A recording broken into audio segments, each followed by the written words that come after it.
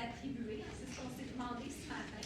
Est-ce que c'est juste l'effet de la nature? Est-ce que c'est l'effet des pratiques, l'effet combiné de la nature et des pratiques?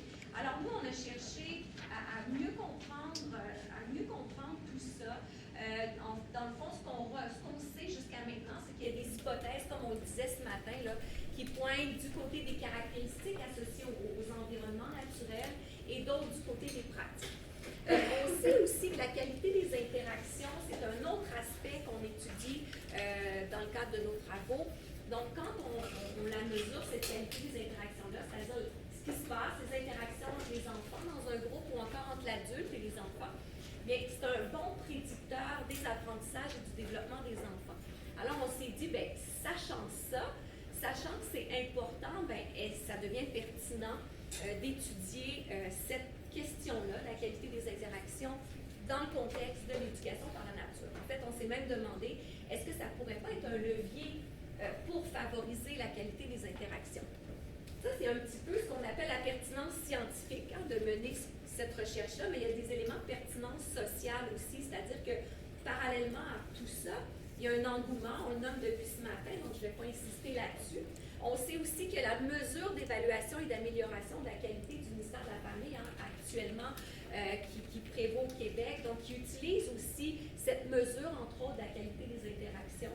Puis, l'éducation par la nature, c'est une façon aussi d'actualiser le programme Accueillir la petite enfance ou encore le programme cycle d'éducation préscolaire. Donc, c'est pas un ajout faire de l'éducation par la nature, c'est une façon de mettre en œuvre ces deux programmes éducatifs-là.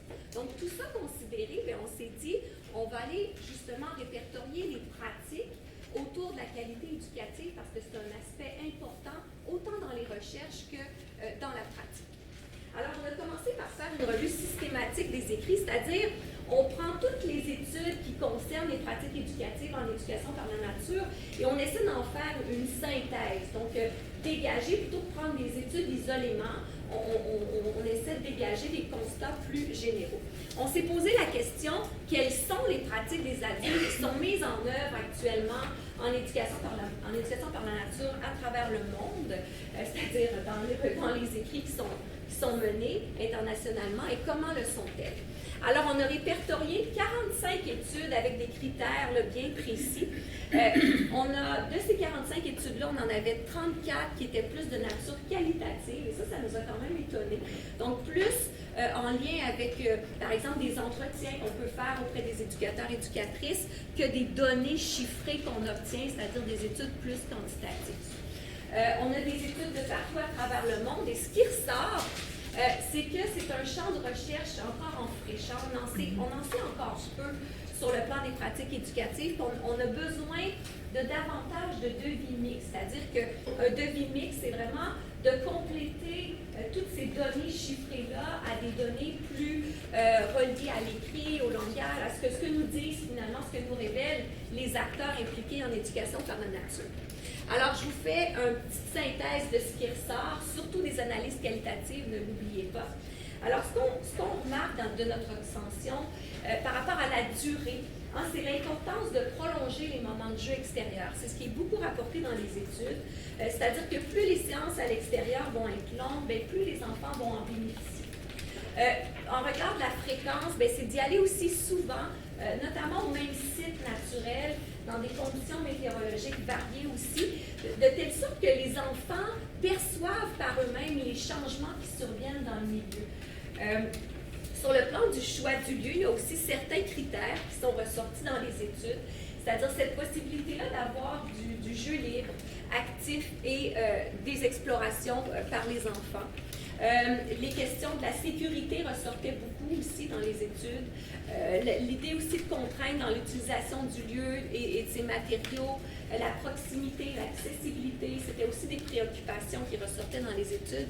Et l'importance de la création d'un sentiment d'appartenance, qui est souvent, dans les études, ce qui ressortait, c'était l'importance d'avoir entre autres un camp de base pour que les enfants développent un sentiment d'appartenance à leur milieu. Sur le plan de l'espace, bien, les lieux à privilégier ont intérêt à avoir du relief, des obstacles, une abondance aussi de matériaux et d'éléments naturels.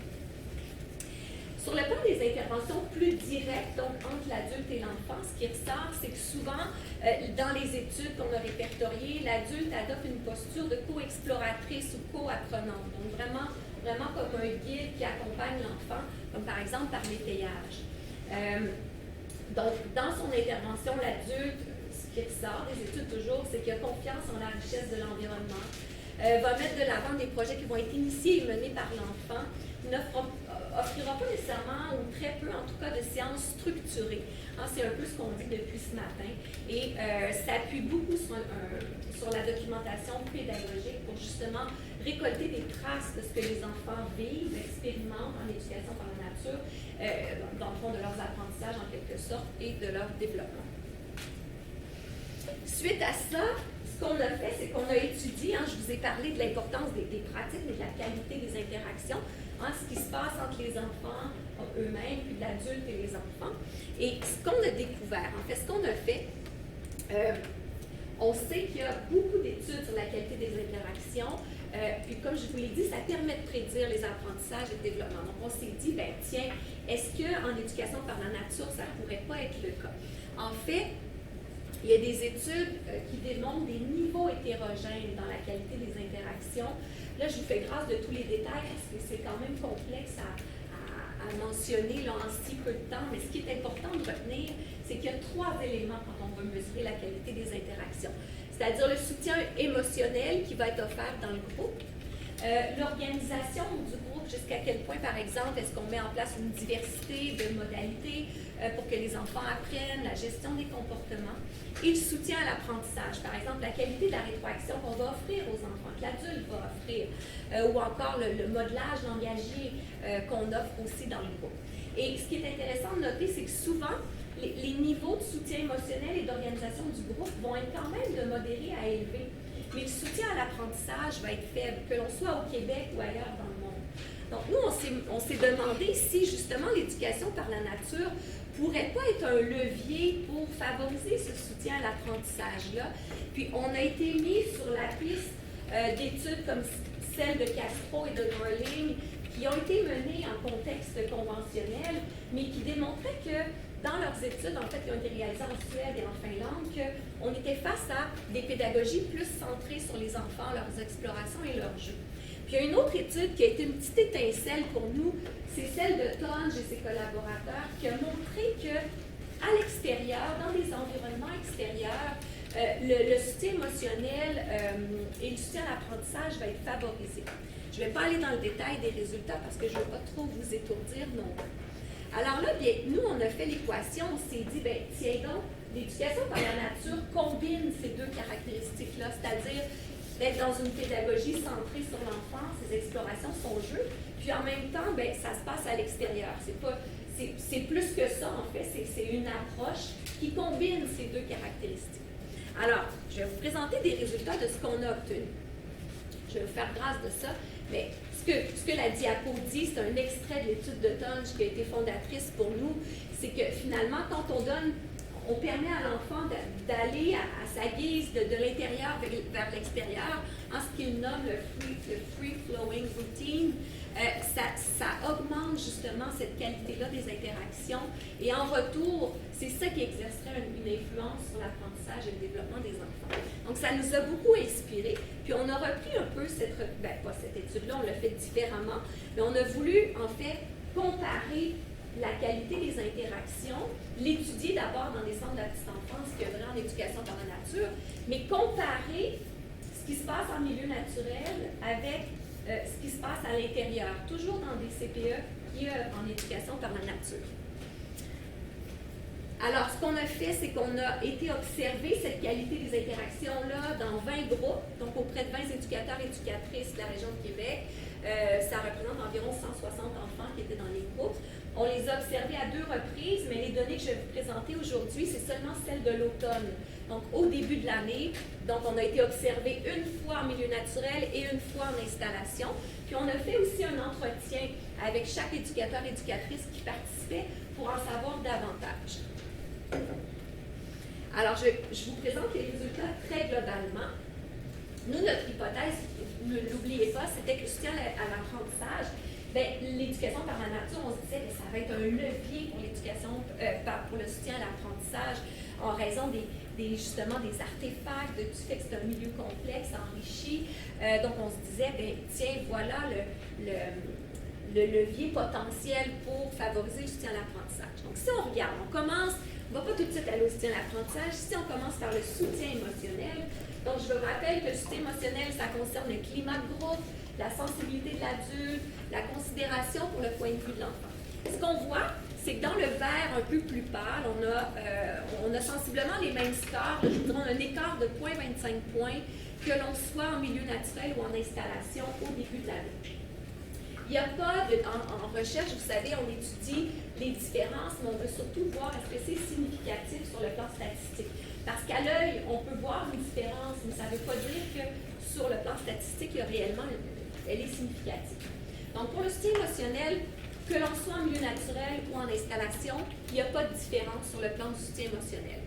Par contre, sur le plan d'organisation du groupe, et ça nous a quand même étonnés, il y a une différence en faveur du milieu naturel. C'est-à-dire que ce que les études démontrent, c'est qu'en milieu, elle est marginalement significative, mais quand on regarde les aspects qui composent l'organisation du groupe, on se rend compte qu'il y a une maximisation du temps d'apprentissage qui est plus grande en milieu naturel qu'à l'intérieur.